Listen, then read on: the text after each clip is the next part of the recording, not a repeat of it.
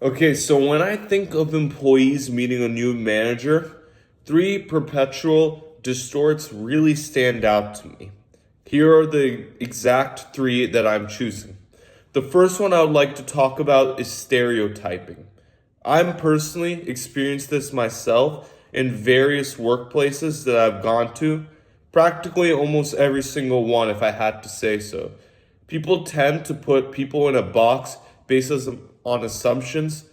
Majority of the time, it's age, appearance, and ethnicity. For example, view a younger person as less experienced and automatically seen as even less intelligence, even if they technically do have more leadership skills than a person who's higher and older in age. When it comes to ethnicity, I feel like people are oftentimes categorized on ethnicities and they're seen with specific traits based on what type of ethnicity they are. And appearance as well. I believe people judge people off of appearance, off of first sight, rather than what's actually inside of them. A person can look, for example, a person can look intimidating from the outside, but act completely different on the inside, and vice versa. The opposite can go on the other way around.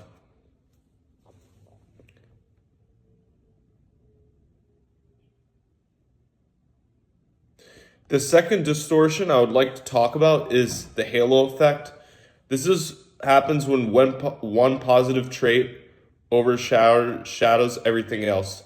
So if a manager looks really confident and polished and he's exceptional in one area, people assume he's competent in all areas. So like an example is like I actually experienced this in my own workplace myself is because when I'm in my workplace, people assume I'm competent in every single thing in what I'm doing, but I'm really not.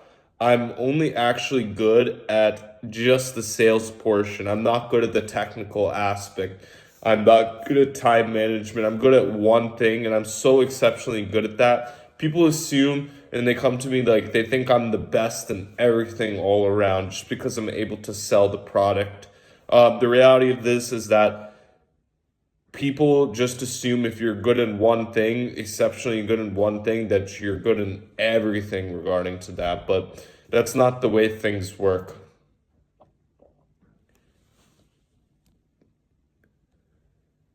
The next thing I would like to move on to is projection. Uh, I've experienced this myself in not only workplaces, but at home as well, is that people project what they have going on inside to the external world. If somebody has happiness, joy, and fulfilled inside of them, they will give that happiness and joy to everybody else outside. However, if the person is sad and they're in a really bad mood or they have really ill emotions, they will take these ill emotions and once again transfer it to everybody else that they're around. So, this actually applies in workplaces as well because when you're in a workplace, you basically project your own expectations and insecurities on somebody else. For example, if somebody is a high performer and they expect themselves to always be doing better, always doing better, and they're never satisfied with themselves, they would actually be able to project those insecurities directly onto the team members without even noticing because that to them that is normal and they don't even understand that. So a very critical person can take their own internal criticalness and transfer that over to everybody around them. I experienced this myself in my household as well because um, my father has always been extremely critical with me, and I always wondered why he was extremely critical with me. But that's because of his own internal state of him being critical on himself that he takes out on his son. So that's something I've personally realized over time.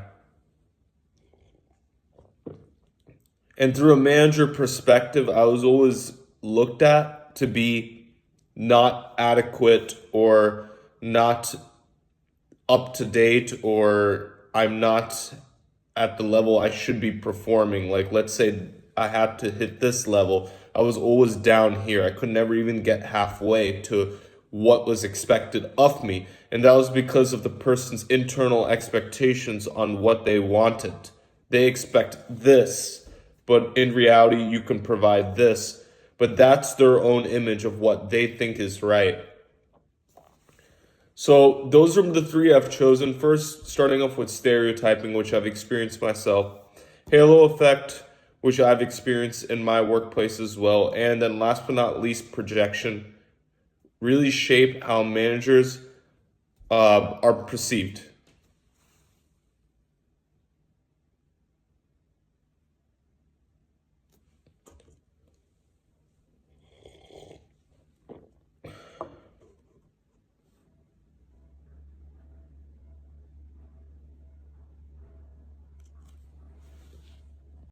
And moving on to the next thing I would like to talk about is avoiding fundamental attribution.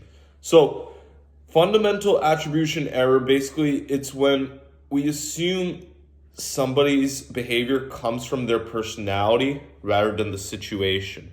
So, how do I protect myself from that? First, I pause and consider external factors. Let's say a manager snaps at me in a meeting. My initial thought must be, wow, they're rude, but instead I try to think about their context.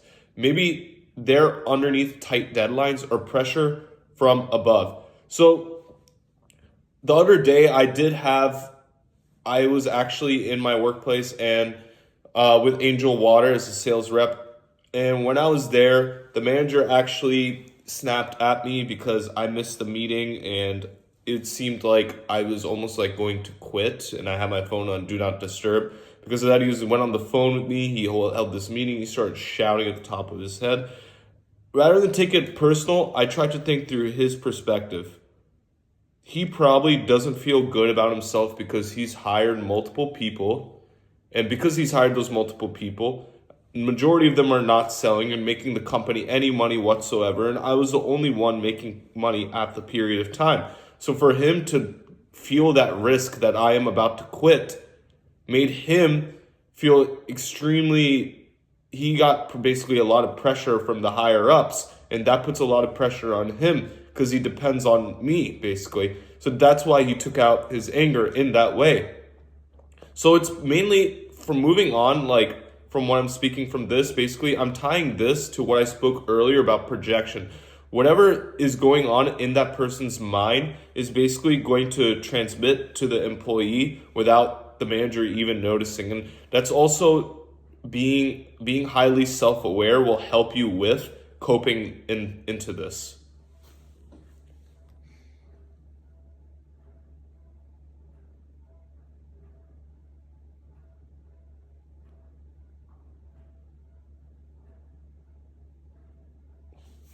So here's how I would actually handle this. First, I would pause and consider the external factors. Let's say the manager snaps at me in a meeting. My initial thought would be, wow, they're rude, but instead I try to think about their context. Maybe they're under tight deadlines or pressure from above. I would actually move on from there and ask clarifying questions, something like, can you walk me through what you need here? The shifts focus from the judgments to problem solving. When you just sit there and you let it spiral, I don't think that's a good thing. Something I like to do is that I like to get down to the conclusion of how we can solve this, because at the end of the day, you're going to the workplace and everybody needs to be happy and everybody needs to make money. And last but not least, I would keep a mental note of the patterns. If the pattern keeps happening repeatedly, I would analyze this through a different perspective, and I wouldn't let this define my perception of myself, nor would I let it define my perception of the workplace or them.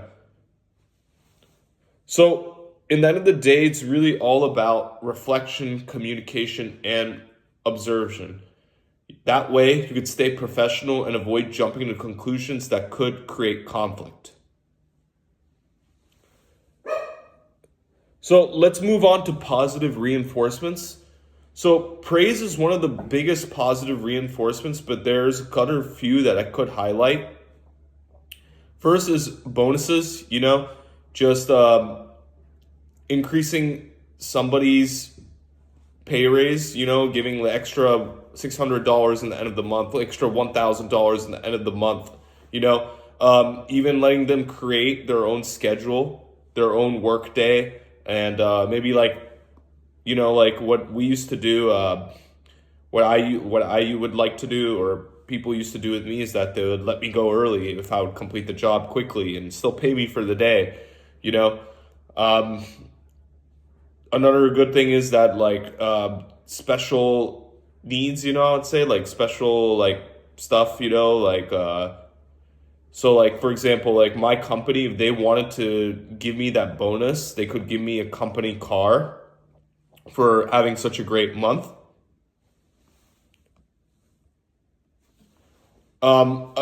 Personally, I would say autonomy motivates me the most. When I have control over my workflow, I feel the ownership over my results.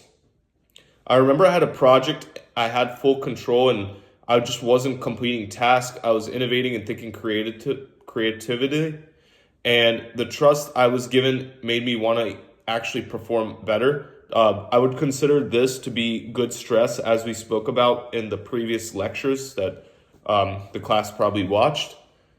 Money is great for me, but the thing that fuels me the most is recognition and long-term engagement. When people feel trusted and empowered, they naturally tend to do more, not for just the reward, but because they're invested in the outcome.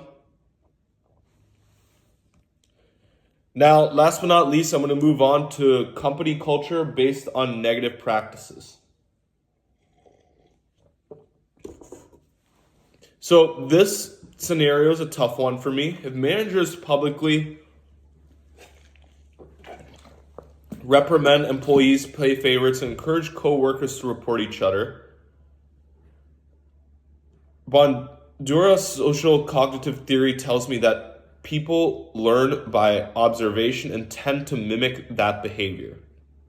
The culture that forms is one of fear, competition, and mistrust. People aren't focused on collaboration or innovation. They're focused on surviving and winning approval. A new employee wanting to get ahead might engage in tattling or favor with the right manager. Basically, success is measured by navigating social dynamics, not actual contribution. I highly agree with this. The reason why is because I've actually noticed this myself, because I was working for a gym called Equinox, and despite the fact that I was the hardest worker, I did show up every single morning, and I did have the most clientele, I did have the most skills, I was the most naturally talented, I had every single thing checked in the boxes, and did have the potential to be the top 100 trainers in the country the way I was going. But the issue is that because of the social dynamics, rather than my actual contribution to the gym, my actual contribution to the gym was huge. I think I generated them almost $30,000 in the span of 2 weeks just selling personal training. However, when it came to the social dynamics and being the favorite in the corporate ladder and knowing the deep contacts for the people who have been there for many years, that is something that I lacked and I just didn't have, And I also feel like I was also stereotyped. So that's where stereotypes came in, and other things came into that, like judgment and projection. And that's what honestly screwed me up in that scenario. So from a shareholder's perspective, this is risky. Short-term wins might happen, but long-term innovation and productivity might drop. I've seen this in a past internship that good ideas often get stifled because they don't come from the right person. It really highlights and shows me how much our company culture shapes behavior and outcomes.